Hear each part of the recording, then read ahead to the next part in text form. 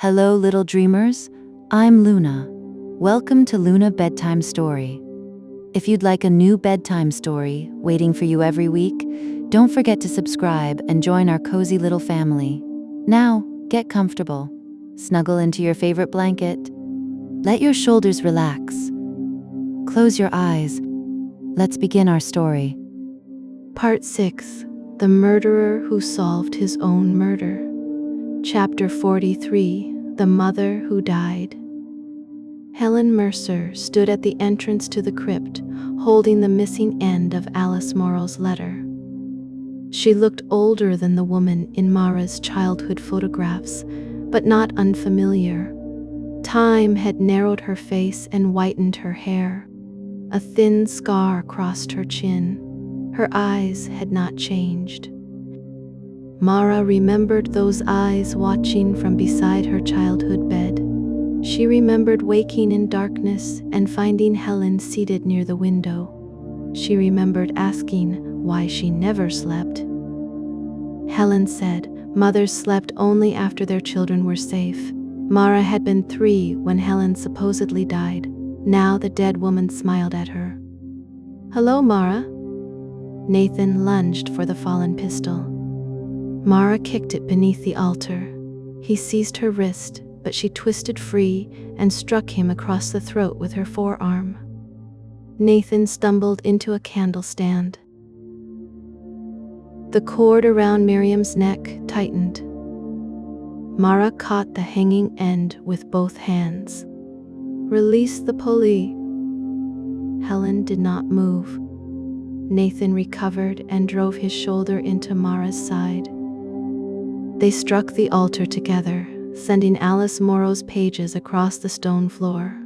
Miriam's chair scraped backward. The cord drew tighter. Helen rang the silver bell. Once. A mechanism clicked inside the crypt. The pulley released. Miriam fell forward, gasping. Nathan looked toward Helen. "You said you wanted her alive." "I wanted her conscious." "For what?" "To hear the ending." Nathan's attention shifted for 1 second. Mara struck him in the jaw. He fell against the altar. Before he could rise, she retrieved the pistol and trained it on him. "On your knees." Nathan pressed one hand to his mouth. "Mara, listen to me. Kneel." He obeyed. Helen entered the chapel slowly. She placed the silver bell on the altar and looked at Alice Morrow's scattered letter. "You should not have torn away the name," Mara said. "I did not. You are holding it. I found it that way." "Where?" "Inside Sebastian's coat." Nathan said the page was complete. Nathan has spent 24 years certifying whatever version of the truth kept him alive. Nathan wiped blood from his lip. "She paid me." Helen looked at him. "You accepted money because you were afraid. Do not confuse the two. You told me to declare the child dead." "Which child?" Mara asked. Neither answered.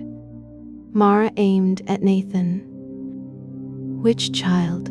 "Yours," he said. The words echoed through the ruined convent. Mara looked at Helen. "You had Nathan declare me dead?" "Yes." "Why?" "Because Alice intended to take you to the police. She was my mother. She gave birth to you." "That is not always the same thing." Mara's finger tightened against the pistol frame. Helen noticed. "You want to hate me," she said. "It will make the next part easier. You raised me for 3 years. Then you staged your death." "Yes? Why?" "Sebastian found us." A cold wind moved through the chapel. The candles nearest the broken windows went out. Mara remembered Daniel's letter. He had written that Sebastian called before his fatal accident and claimed the girl had grown into someone dangerous. Mara assumed Sebastian meant Orla. Perhaps he meant Helen. "What name did Sebastian know you by?" Mara asked. Helen smiled faintly. "Helena Gray." The surname appeared everywhere. Inspector Silas Gray, Olivia Gray, Gabriel Gray.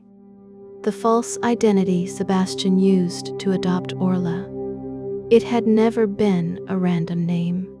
It belonged to Helen. "Who are you?" Mara asked. "Your mother." "No." Helen's expression tightened. "Who were you before Daniel Mercer gave you that name?" Miriam raised her head. The cord had bruised her throat. Her voice emerged as a whisper. "Tell her, Helena." Helen turned toward her. "You lost the right to use that name. When I wrote what Gabriel did, when you left me there." Mara looked from one woman to the other. "You lived in the Red Room." Helen said nothing. Miriam answered. She was the child before Rebecca. The structure of Greywater shifted again. Gabriel had held children there for years. Rebecca was not the first. Silas and Orla were not the first. Helen had survived the same room. "Gabriel raised you," Mara said. "He imprisoned me." "Were you his daughter?" "No." "Where did you come from?" "St. Agatha's." "How old were you?" 5 when he took me. 13 when I escaped.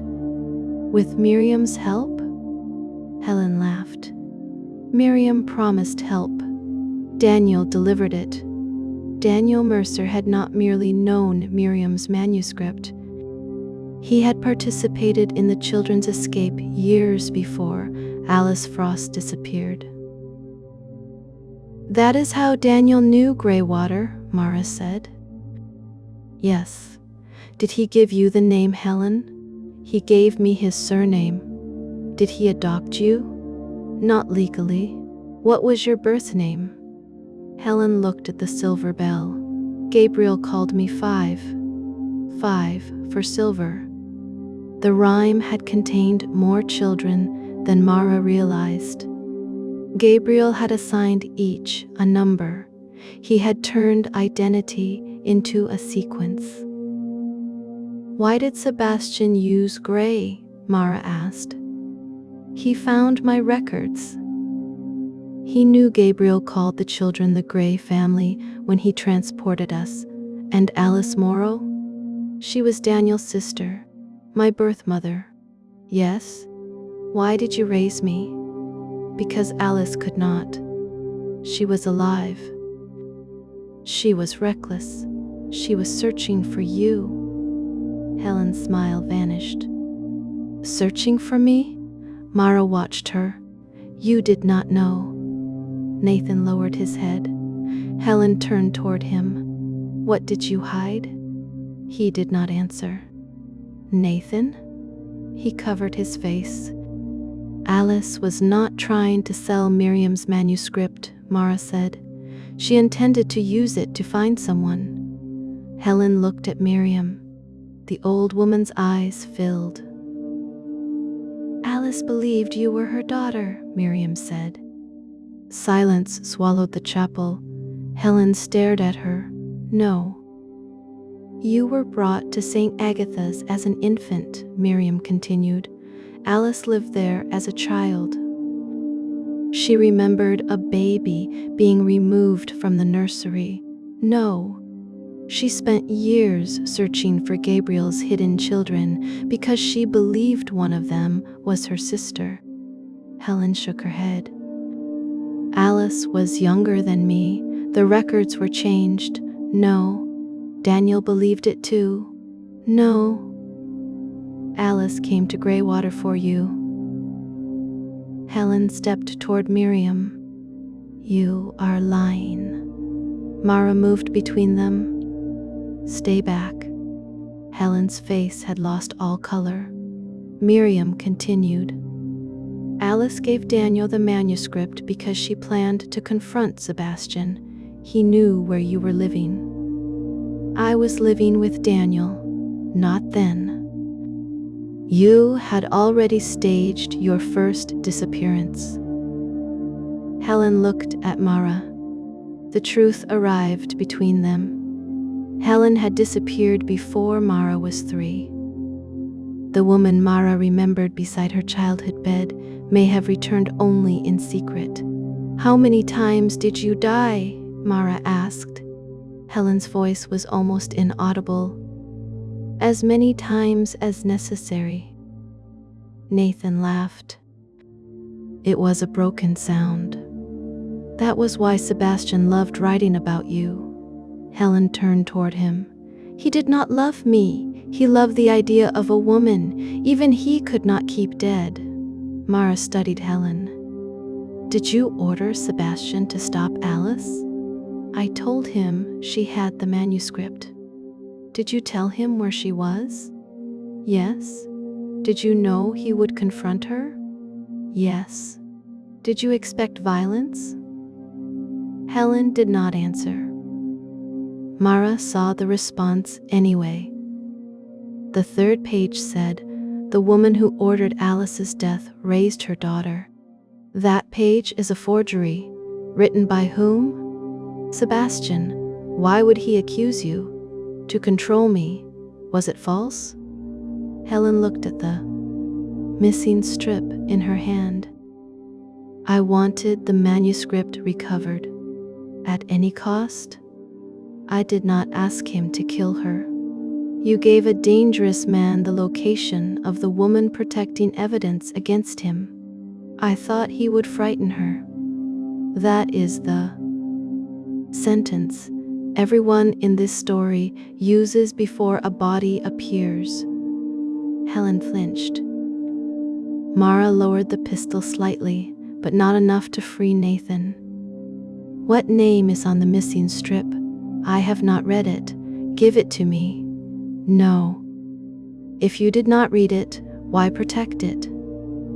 Because Sebastian wanted you to see it. Mara understood Helen's fear. Not the name. The design. Everything Sebastian placed before them had produced a particular action. The reader found a clue, distrusted it, then followed it anyway. You think the strip is another trap? Mara said. It is. Possibly. You cannot read it. Why? Because once you do, you will believe the story is complete. And you know it is not. Helen's eyes met hers. The final chapter is missing. Chapter 44. Alice Morrow's last sentence. A gunshot shattered the chapel window. Helen fell. Mara turned toward the sound, pulling the trigger at a shadow beyond the broken glass. Her shot struck stone. Nathan lunged for the pistol beneath the altar. Miriam kicked it away. Mara dropped beside Helen. Blood spread across her upper arm. The bullet had passed through flesh without reaching the chest. Stay down. Helen's hand still gripped the torn strip of Alice Morrow's letter. Another shot struck the altar. Mara dragged Helen behind a stone column. Nathan crawled toward the crypt. Stop! He ignored her. A 3rd shot hit the floor near his hand. Nathan froze. The shooter was not trying to kill him. They were directing him. The pattern was familiar. Fixed positions, planned movement, another automated rifle. Everyone away from the windows, Mara said. She checked the angle of impact. The bullets came from the convent's northern bell tower. The rifle could see the altar, the center aisle, and the entrance to the crypt. It could not see behind the columns. Mara looked at the silver bell on the altar, a receiver. Helen, did you ring that bell? Yes, you activated the rifle. I released Miriam. You did both. Helen's face tightened.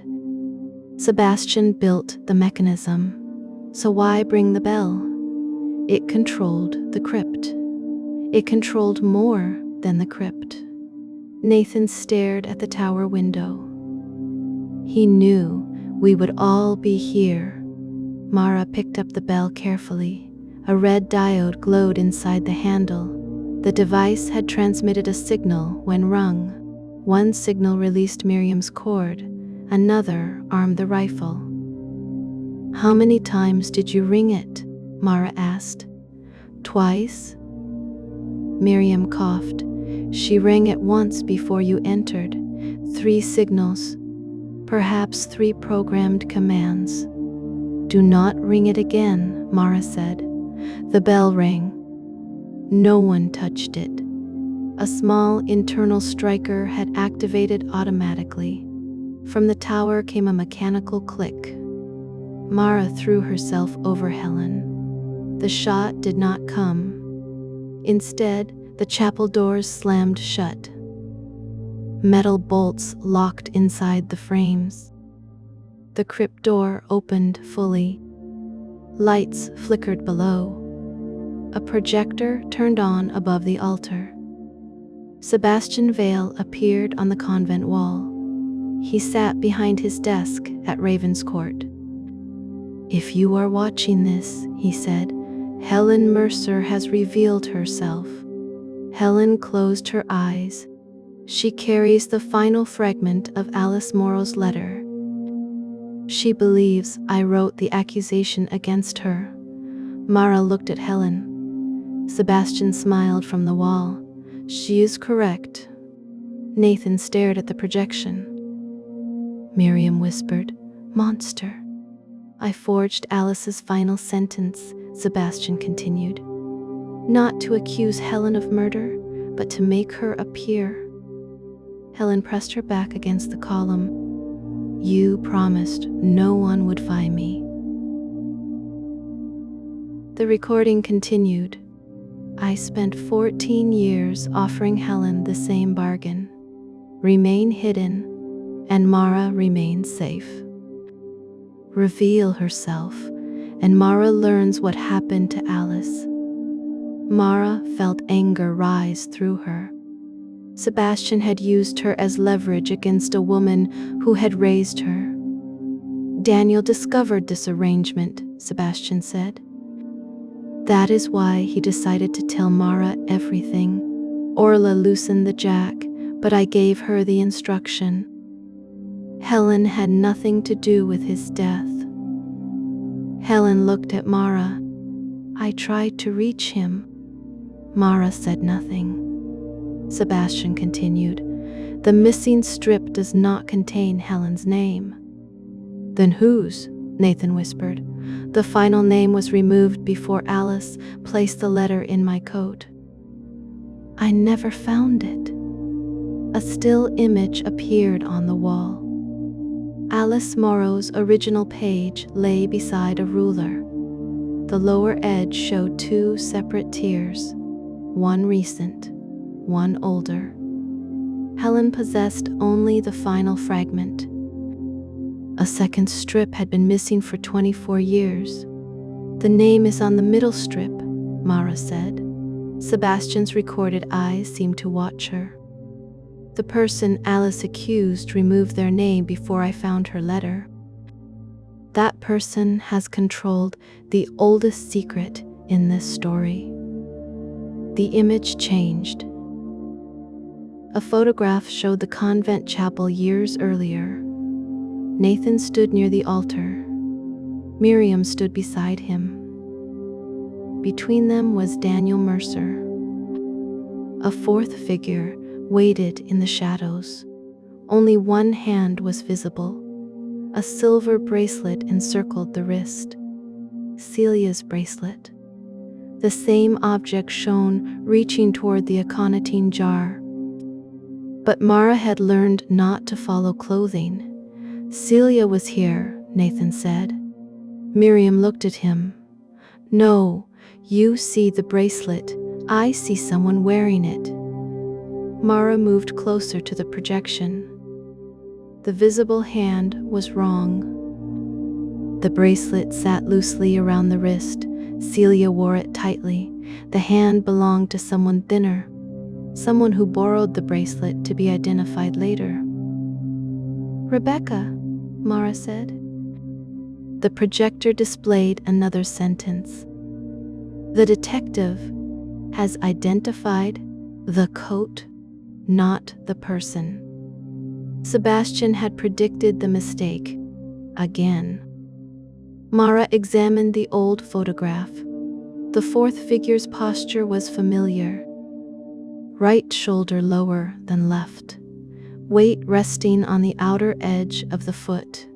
She had seen that stance in interviews, in hallways, and beside the lake. "Miriam." The old woman stared at her. Nathan looked from the photograph to Miriam's body. "You were wearing Celia's bracelet."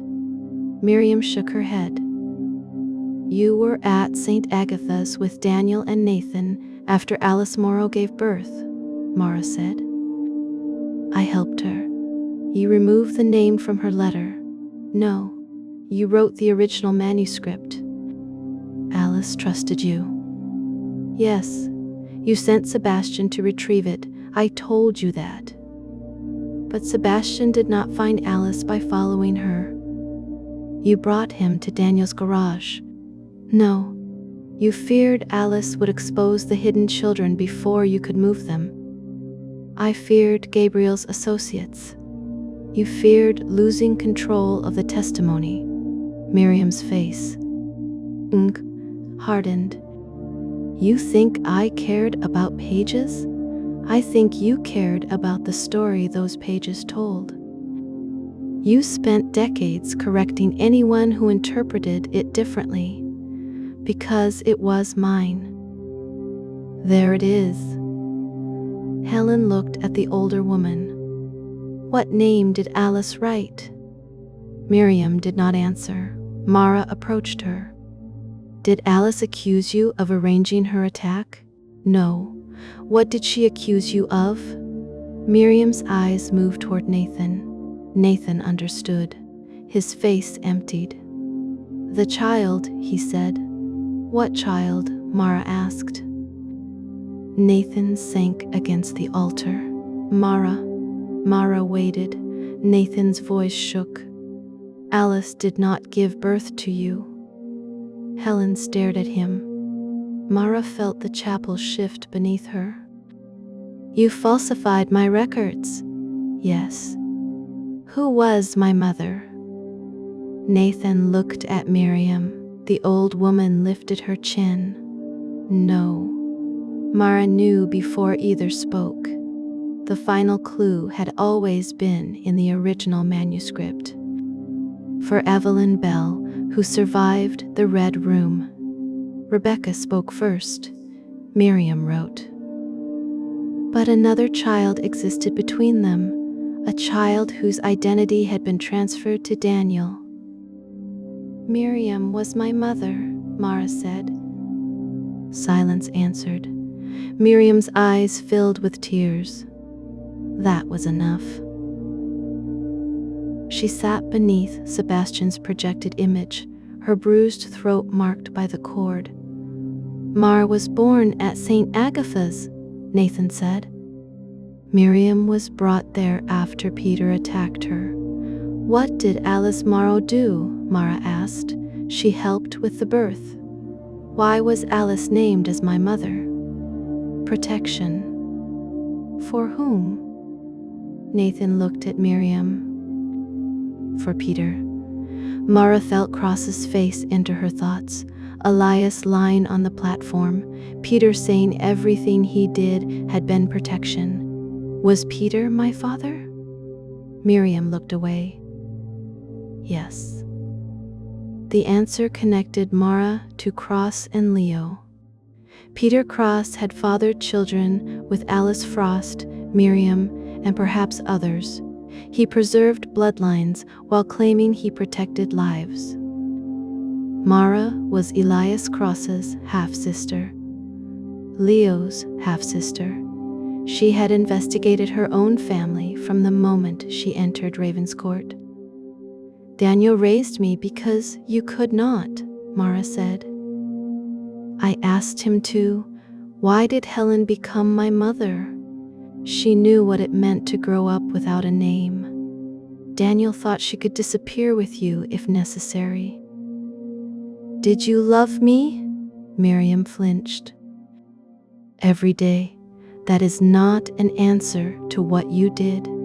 I gave you a life away from Peter. You also wrote that I must never read the manuscript because it would lead you back to him. It led me back to you." Miriam lowered her eyes. "What did Alice accuse you of?" Mara asked. "I made a mistake." "What mistake?" "I believed the manuscript could destroy Gabriel's network. Alice believed taking it to the police would be enough. You knew Peter controlled the investigation." "Yes." "So what did you do?" "I asked Sebastian to publish it. He would not publish someone else's testimony under your name. He said he would disguise it as fiction, and you agreed?" "At first." Then Alice objected. She said he would turn the children into entertainment. She was right. "Yes." "So she took the manuscript to Daniel." "Yes." "And you told Sebastian where to find her?" Miriam began to cry. "I thought he would bring the pages back. You knew he was violent. I knew he was ambitious. You knew he had already concealed Gabriel's death. I did not believe he would kill her." Mara heard the repeated defense. "I wanted to frighten him. I wanted to protect her. I did not know anyone would be there. I thought the dose was smaller." Every person had converted foreseeable harm into surprise. "What did Alice write in the missing middle strip?" Mara asked. Miriam shook her head. "I never saw it. You tore it away." "No." "Then who did?" Nathan whispered. "Daniel." Mara looked at him.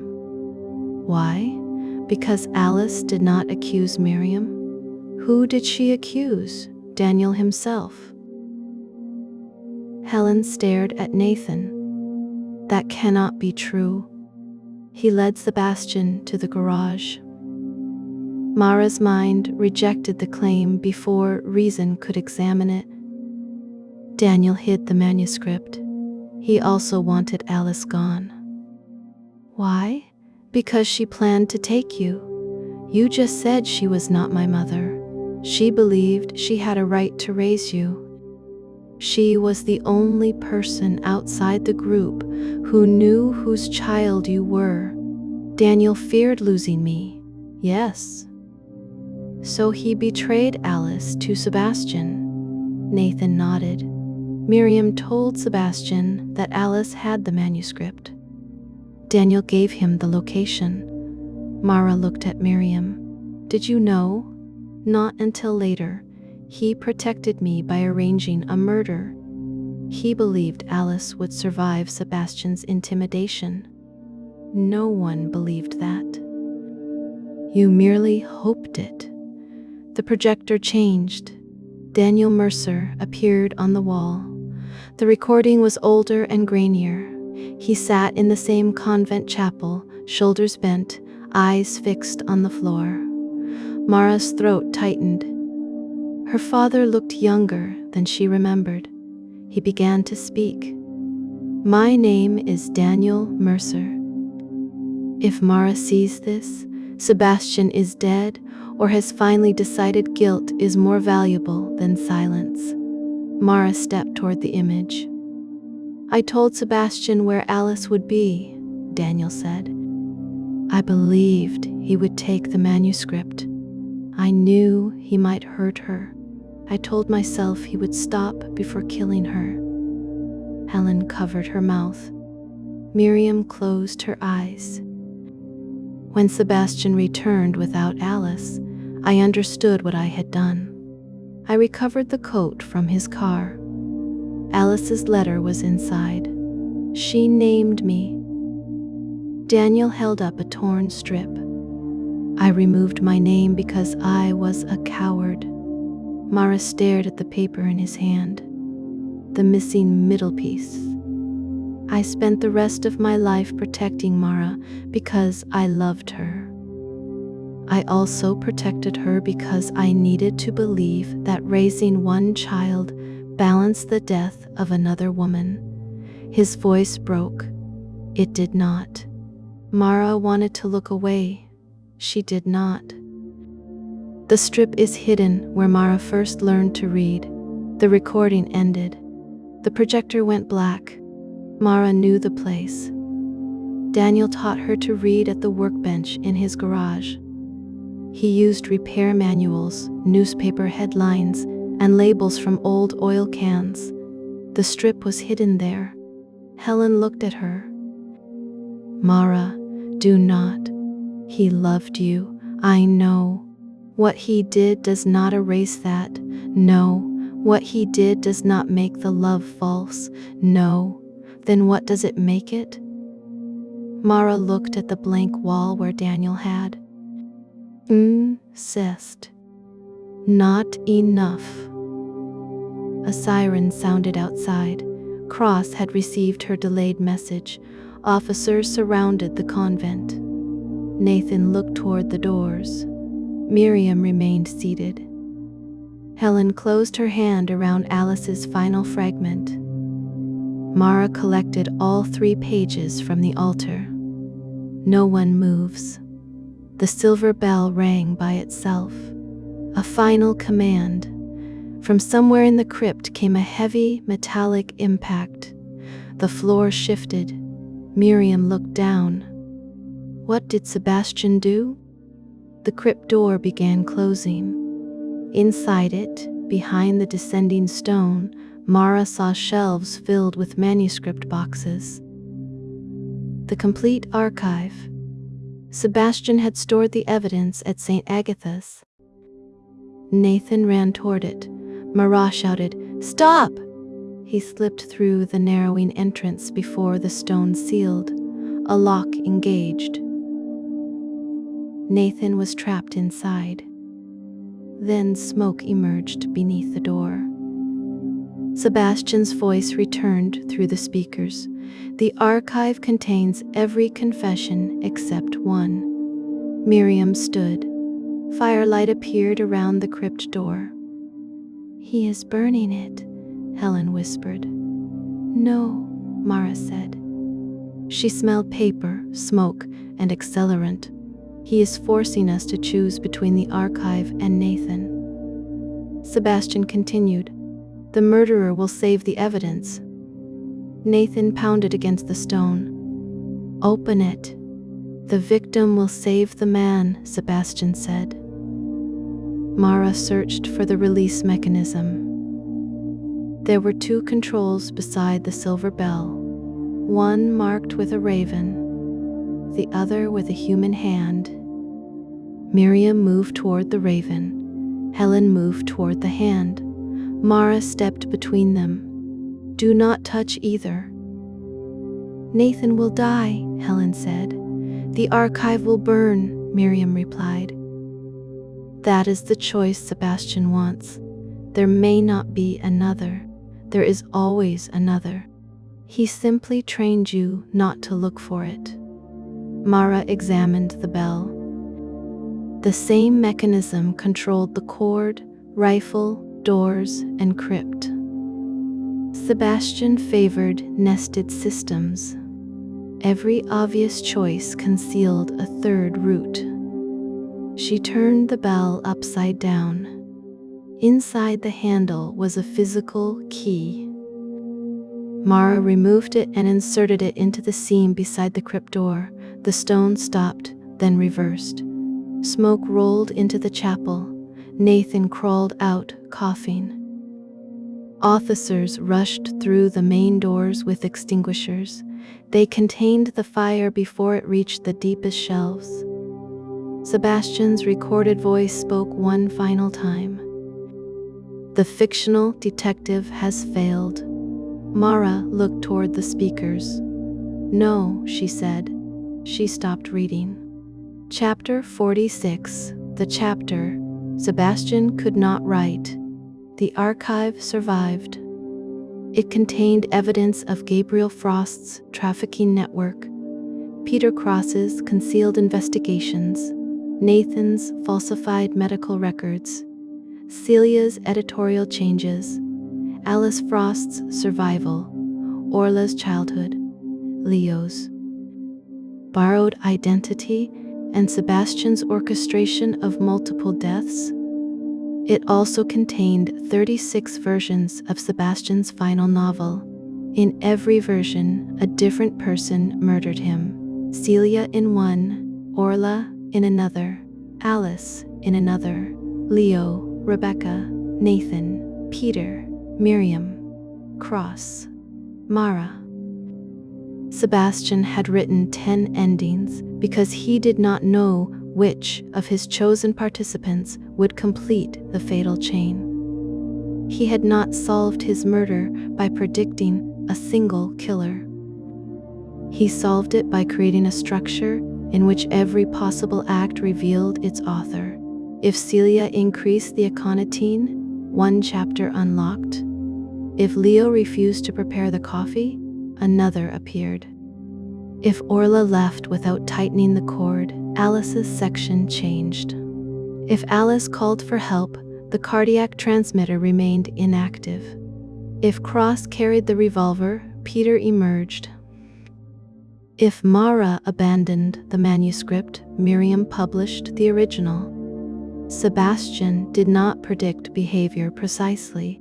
He prepared a chapter for every choice. Then his software revealed the version that matched reality. A branching novel. A murder investigation written like a trap. Mara reviewed the source files with the cybercrime team. One sequence had no programmed ending. The path activated when Mara opened the crypt without choosing between Nathan and the archive. Sebastian had not anticipated that action. The corresponding document was blank. At the top, he had written only, "The unwritten chapter." Cross sat beside Mara in the police evidence room. He had left the hospital against medical advice and moved carefully beneath his coat. "You unlocked the only ending he did not write," he said. He believed everyone eventually accepted the choices placed before them. "You did not." "I nearly did." "That is not the same." Mara examined the 10 murderer files. "Which one is legally accurate?" Celia changed the dose. Nathan administered the second dose. Leo prepared the coffee. Orla tightened the cord and disabled the cardiac device. Alice strangled him again. Sebastian designed all of it. Cross looked at the blank chapter. Perhaps the title was the answer. The murderer who solved his own murder? He was both. He was not his only murderer. No. But without him, the murder does not occur. Cross leaned back. Does that absolve the others? No.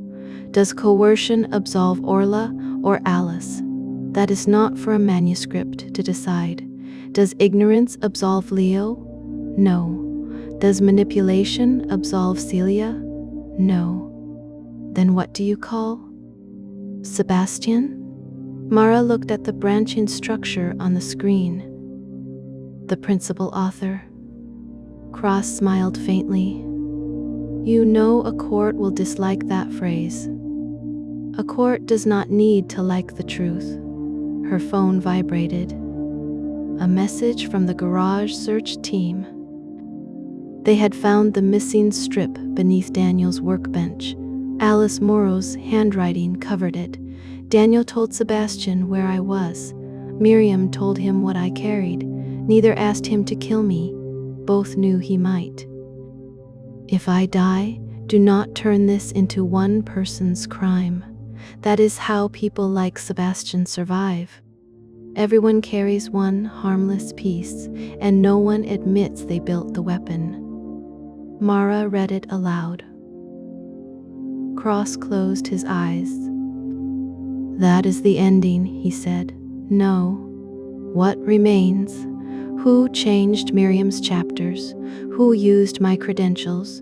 Who transferred prisoners and evidence? Rebecca admitted using the sixth key. She admitted altering pages. Not all the actions. Celia had administrative access. She was in custody during some of them. Miriam manufactured Daniel's fingerprint. She denied the digital orders. Orla escaped the hospital. With Celia's help? Then perhaps they each performed part. Mara looked at Alice's sentence. Everyone carries one harmless piece. The unseen author might not be one person. It might be all of them. Sebastian distributed the manuscript keys deliberately. Celia changed passages that damaged his reputation. Miriam restored material he stole. Rebecca inserted her childhood testimony. Orla directed suspicion toward Peter. Leo corrected details about Sebastian's process. Alice exposed Greywater. Each believed they were recovering truth. Together, they created the impossible effect of a living manuscript. The fictional detective was not one person, Mara said. Cross considered this. 6 authors writing through the same character. Each had information only they could know. That is why every chapter contained a murderer's knowledge. Because every contributor had committed, concealed, or enabled a crime, and none knew what the others were adding. Mara opened the administrative logs. The access keys corresponded to characters rather than names. The publisher. The assistant, the woman beneath the ice. The daughter, the wife, the first author. 6 authors, 1 fictional detective. Silas Gray's voice was a composite of their confessions. The dead novelist had created the structure, but the living suspects made the detective appear conscious. The manuscript did not solve Sebastian's murder, Cross said. The murderers solved one another. Chapter 47. Silas Gray. Leo asked to read the complete manuscript before formal charges were filed. Mara allowed him to read only the sections he had authored. He sat in Ravenscourt's library beneath Sebastian's portrait. I wrote Silas's observations about the study, he said. Celia wrote his explanation of the contract. Rebecca wrote the chapters about Greywater. Miriam wrote the Red Room. Orla wrote the Holloway section. Alice wrote the passage about the ice. Leo looked at the assembled pages. Who wrote the parts addressed directly to you? Sebastian prepared some. And the others? Rebecca. Why? She knew I was at Greywater. Sebastian told her about my father. She believed I would understand the choices he placed before me. Leo turned to the first line. Inspector Silas Gray knew the author was dead before anyone opened the study door. There was never a Silas Gray. No. The name belonged to Gabriel's false patient identity. and to Sebastian's imagined detective, and to a dead child whose identity he gave me. Yes. Leo's hands tightened. Then who am I, Leo Hart? A name created in foster care. A name you have lived under. It has no history. It has yours. He looked toward Sebastian's portrait. He gave me a story because he knew I wanted one. You do not owe him gratitude for exploiting that. I tried to kill him. You stopped. I prepared the poisoned coffee. You did not know it contained poison. I helped build the manuscript that manipulated everyone. You did know that part. Leo looked at her. Will I be charged? The decision will consider what you knew, intended, and did. I will not promise an outcome. That sounds disappointingly unlike a novel. Reality rarely gives its characters useful chapter titles. He almost smiled. What will happen to the manuscript? It remains evidence. After the trials? I do not know. Celia will want to publish it. Celia will not control it. Miriam will claim it. She owns parts of the original. Testimony. Rebecca wrote its first sentence. That does not grant her the lives inside it. Sebastian delivered it under contract. Sebastian cannot transfer ownership of other people's memories.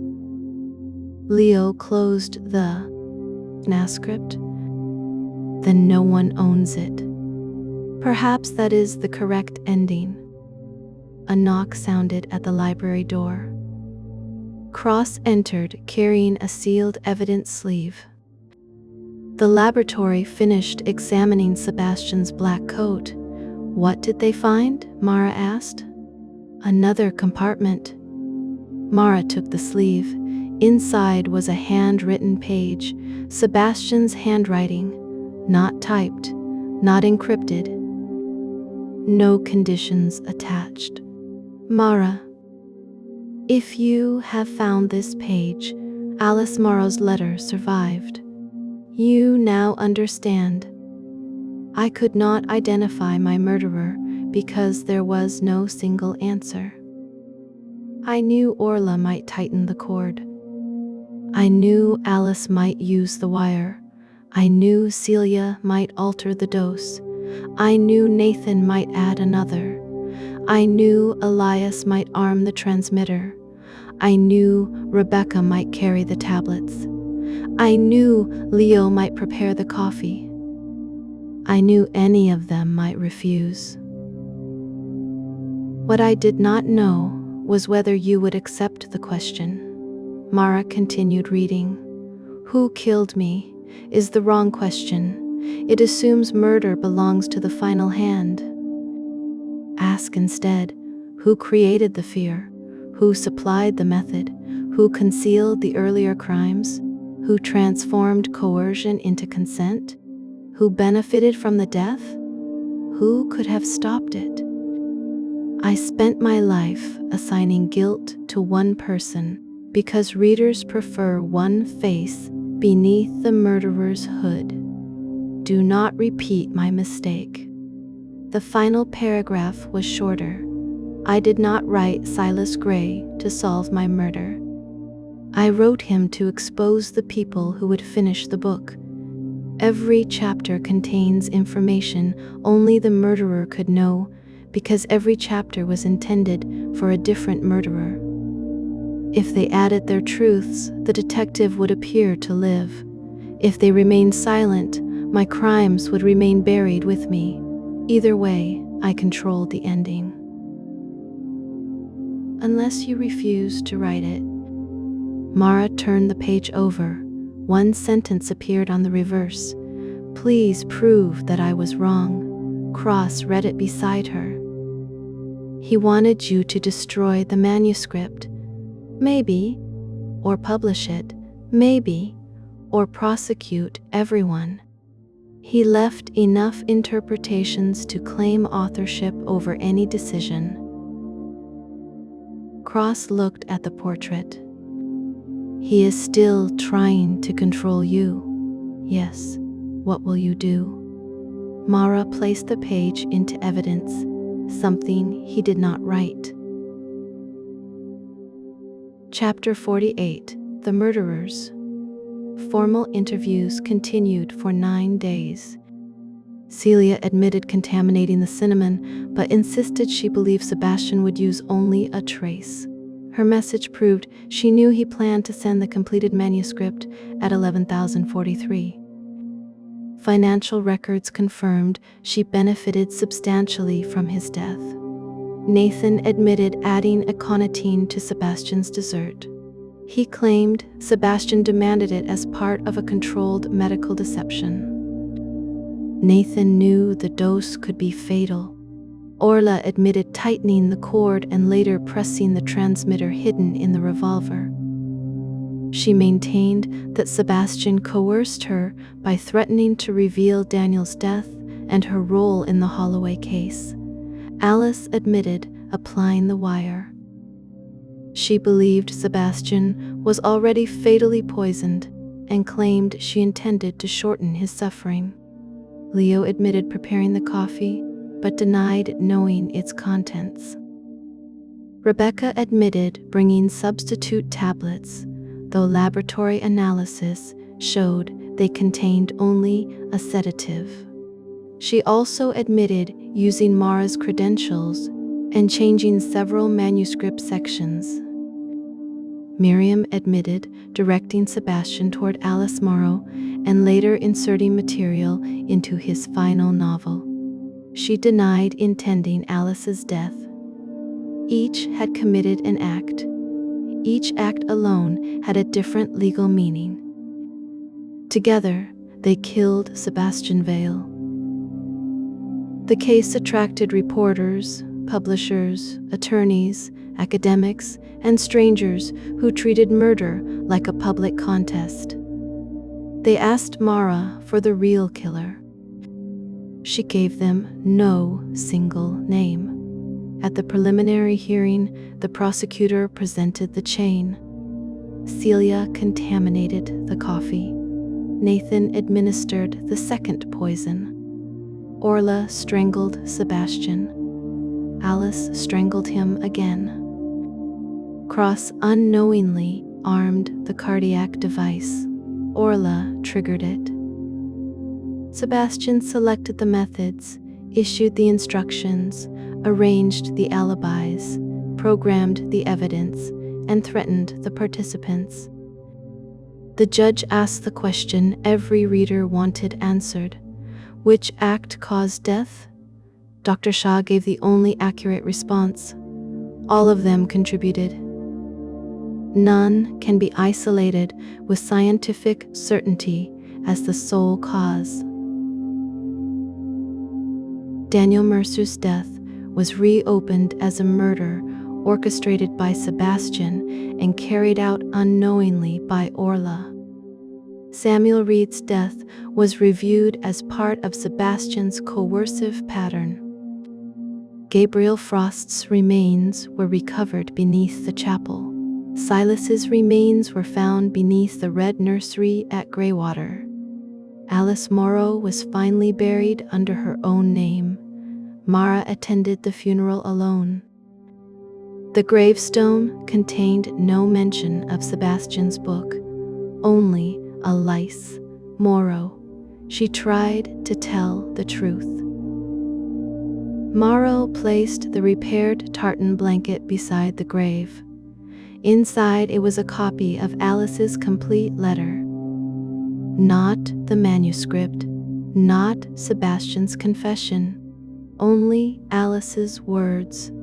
For the first time, they belonged to her. Chapter 49. The Last Reader. 3 months after Sebastian's death, Mara returned to Ravenscourt. The house had been sealed, pending ownership proceedings. Dust covered the furniture. The clocks remained silent. She climbed to the burned tower steady. Sebastian's desk had been removed, but its outline remained on the floor. Rain touched the room through the broken windows. Cross waited near the fireplace. His shoulder and abdomen were healing. He still moved carefully. "You asked me here," he said. "I found something in the source code. I was hoping for coffee. You should have learned not to trust coffee." "That is fair." Mara opened a laptop. The final manuscript application contained one unused command. It had never been activated because its condition had not been met. Cross read the trigger phrase. "Cass. Closed. You have not entered that," he said. "No, because the case remains open? Because cases like this do not close neatly. What happens if you type it? I do not know. That has not stopped you before. It should have." Cross looked around the ruined room. "Sebastian wanted you to activate it." "Yes, so do not." That would also be a response he anticipated. You cannot escape his influence by deciding every choice is his. Mara looked at him. "Then you do it." "Absolutely not." "Why?" "I have read enough Adrian Vale novels to know that pressing the final button is never wise." "Sebastian, that is what I said." Mara almost smiled. She typed, "CASE closed." The program paused. Then a new file appeared. Chapter 37. Mara opened it. The page was blank except for one line. Detective Mara Venn finally understood that the murderer was. The cursor blinked after the final word. "Waiting." Cross read over her shoulder. "He left it for you to complete." "Yes." "What will you write?" Mara placed her fingers on the keyboard. She considered the obvious answers. Celia, Orla, Alice, Nathan, Sebastian. All of them. None of them. Each answer simplified the truth differently. She deleted Sebastian's unfinished sentence. Then she typed, "No single person owned Sebastian Vale's death. He designed the weapon from fear, guilt, loyalty, money, and love. He distributed its pieces among people he had spent years manipulating. Some acted knowingly, some acted blindly, some believed they were showing mercy, some wanted him dead.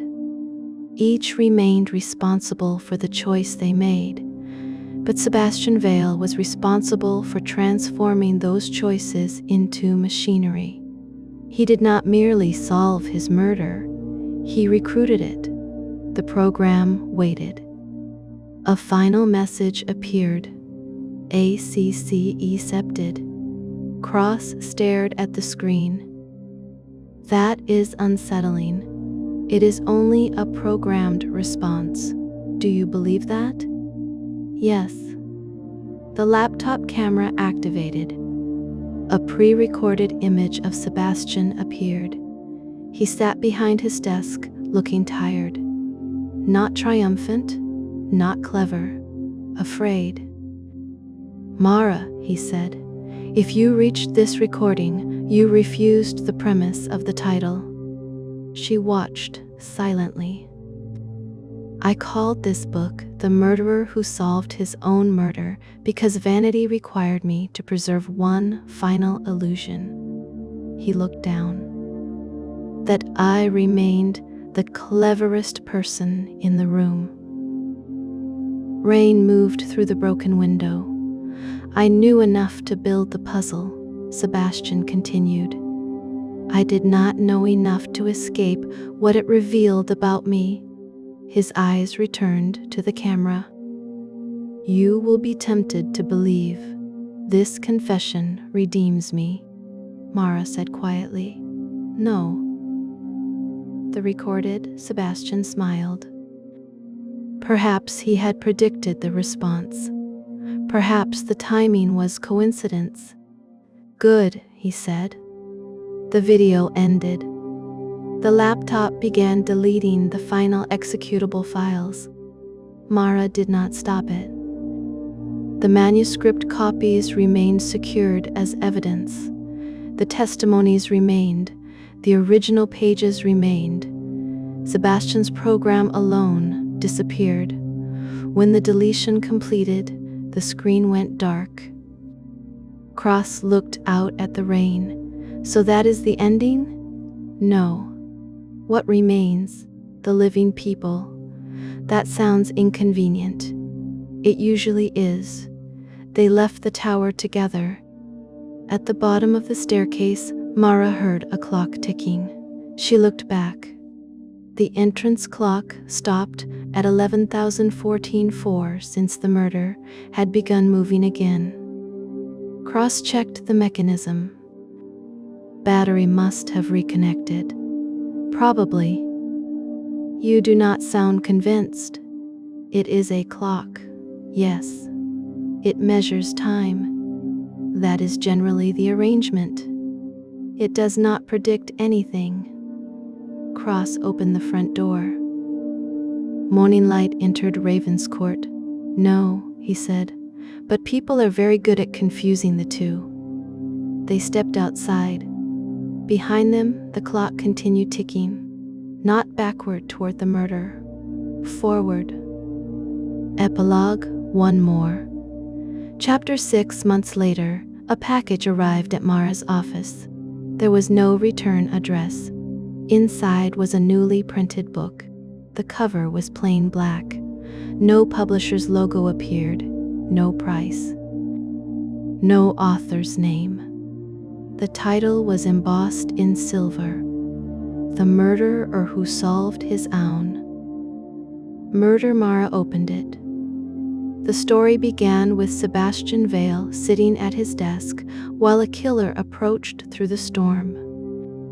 It contained the locked room, the unfinished manuscript, Silas Gray, the 7 clocks, the woman beneath the ice, and the original author.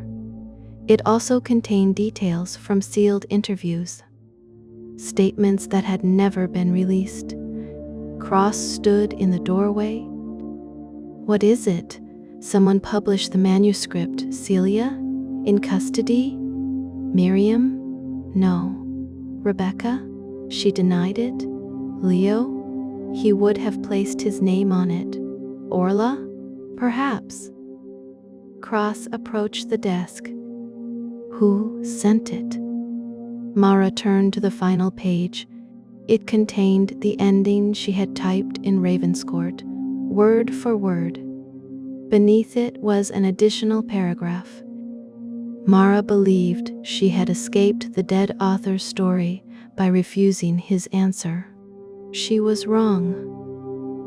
A detective does not escape a story merely by recognizing the trap. She escapes only when she stops reading. Cross watched her. "Then stop." Mara closed the book. A faint sound came from inside its cover. Ticking. She reopened it. The center had been hollowed out. Inside was the 7th Raven clock. Its hands stood at 11,043. The minute before Orla entered Sebastian's study. Beneath the clock was a folded note. Mara opened it. The handwriting belonged to Sebastian Vale. "Inspector, you have solved the murder I arranged. Now solve the one I did not." Cross-read the words beside her. "What does that mean?" Mara examined the packaging again. A dark stain marked one corner. Not ink, blood. She called the evidence team. Before they arrived, her telephone rang. The caller identification showed Leo Hart. Mara answered. No one spoke. She heard breathing, then a delicate silver bell. Once, twice. A woman whispered, "He found the real ending." The call disconnected. Mara looked at the black book. A new sentence had appeared on its final page. The ink was still wet. The author was dead. The detective had survived. And somewhere, the next murderer had begun to write.